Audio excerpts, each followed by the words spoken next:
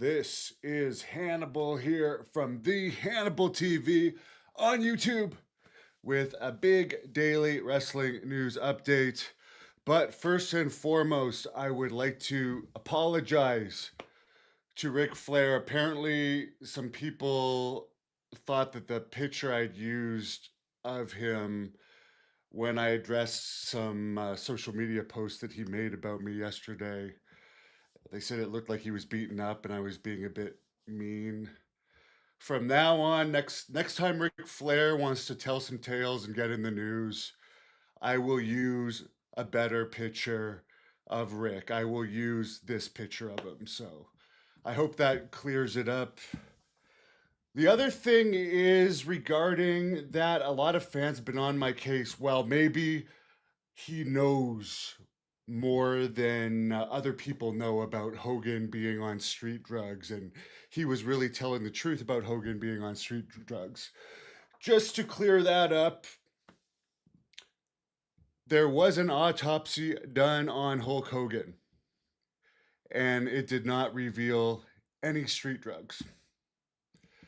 And his family, since Ric Flair made up a lie about that hurt the family members, but it's okay if Ric Flair does it, right? Because Ric Flair makes all the news.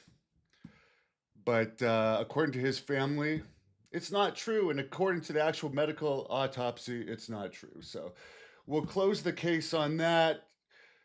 Jim Cornette made some allegations that I was on parole, even though I have zero criminal record. I mean, apparently Jim Cornette does have a criminal record. And that's the reason why he can't get into Canada anymore. Not that he even does autograph sessions anymore. I don't think he's done any since 2019 because he wants to avoid any in-person confrontations. And his podcast partner is basically a nobody. It's just basically a hanger-on. He's not done anything in wrestling. And he is the one person on the internet with less pictures than Janelle Grant. Janelle Grant has like 3 or 4 pictures in her 40s. I think this guy's in his 40s too. 0 pictures. What are you hiding there? But again, you can tell they're fans because their fans will call me hepatitis boy, or they'll accuse me of autism, or they'll accuse me of being developmentally disabled. I actually have a history of working in group homes with developmentally disabled people. I have worked with autistic people. And I only take offense to that because you're demeaning those people. And by the way, hepatitis is a very curable thing these days. It's a lot more curable than when I had it, and a lot less expensive and shorter cure times. To try and make people that have a disease, especially when I got it from a slime ball, which was proven in court being reckless in the ring, using blades when he knew he had it for at least 10 years, to like make people that have stuff like that less than a regular human. That's just sad. But let's just get into the other news here because it's a big night tonight. We have John Cena's retirement match against Twig Leg Gunther, the very intimidating guy with twig legs, and he holds the second championship, which is basically a meaningless championship. There he is with his skinny fat body there. But how the interesting thing is how they've been promoting this is John Cena has been saying, oh, I'm really happy this is going to be my last match with Gunther. I really respect him as a wrestler.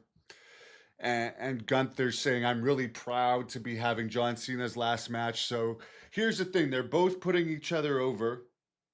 We already know it's fake. They're just throwing it in our faces that it's more fake. They haven't even had the match yet. And they're talking about how proud and how honored they're going to be to wrestle each other. So basically, we're going to watch them pretend to fight. Because Gunther said, by the way, the match quality will be better than my match with Goldberg. That apparently that one drew so badly, it was enough to get Saturday Night Main Event canceled from NBC. So the match, the reason to watch tonight is because these guys are going to be proud and honored to wrestle each other, and the match quality is going to be better. All right. Well, you guys can probably figure out I'm not going to be watching it.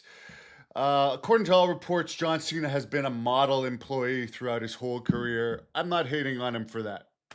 I don't like a lot of the political stuff related to John Cena, and I'm not going to get into it. Apparently, WWE might be doing retirements with Jericho, AJ Styles, and Brock Lesnar next year. And I just listened to Wrestling Observer Radio and read the Wrestling Observer newsletter this week. It is interesting. Oh, and by the way, if you don't believe me, there's some articles in major magazines about these guys are excited and happy to be wrestling each other. It's not like there's a feud going on like Flair and I. Flair and I think, has actually made more news this week than Cena and Gunther. But anyways, the wrestling business has changed. That's why it's so uncool these days. But there is still a lot of money to be made in it. So the people that are making it, good for them. WWE SmackDown in Austin, Texas, December 5th, according to Wrestling Observer.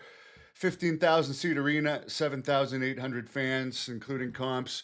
Raw, Monday, December 8th in Kansas City, Missouri, 20,000 seat arena, 7,500 fans, not even half full. December 6th, AEW was in Columbus, Ohio, 1,400, including comps. According to Meltzer, Edge has not done much for business-wise in AEW as far as like helping the business get out of the downward swing. But he's been a good asset to the company as far as good backstage guy. He's had some entertainment segments and stuff, but he hasn't really been a draw for them. Meltzer has also mentioned that AEW lately is taking more WWE guys that have been fired and stuff than like outbidding WWE guys and snagging them. It's more like, oh, well, Andrade's been fired, let's take him, and so forth. Rather than either building up new stars, which they still haven't made their Goldberg or whatever. One thing I find funny is they'll take the Costco guys, but they won't give me a chance. I guarantee you, I would make more money for AEW than the Costco guys. But yes, I am jealous. I don't have one of those big contracts. AEW is literally the easiest job in wrestling. And I hope it sticks around for that reason, for the lucky people that are able to get the jobs. And Tony Khan is nicer than Nick Khan, who this past week on the Logan Paul podcast said, quote, "What I care about at WWE, part of my jobs is ratings, revenue, and relevancy. We refer to those as the 3 R's. Those are the things I'm focused on. I don't care what people think of me other than my family.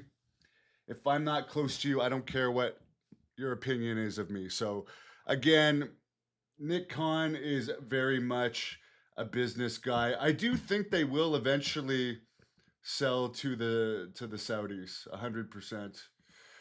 Betrayed by Sin. Does not like Cena's wrestling.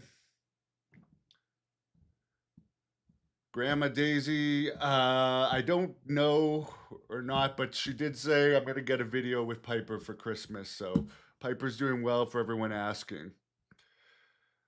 I don't even know what you're talking about. Oh, because, here's the thing, my friend. Why would they give me a chance? Why should they give me a chance? Because they have so many people. And I'm not shitting on them. I'm being honest. But I am saying, hey, I could actually make a difference. If you look at their announcers, and I'm including Jim Ross, the weird guy that does interviews, which I don't even remember his name, with the long hair. All of their announcers, Tony Schiavone, I got more YouTube subscribers than any of them. I would do good interviews with their talent, and I'm a good heel. I would be a good interviewer / wrestler for them. But no, am I a suck up? No. That's my downfall. I am not a suck up. I speak my mind. That is the thing.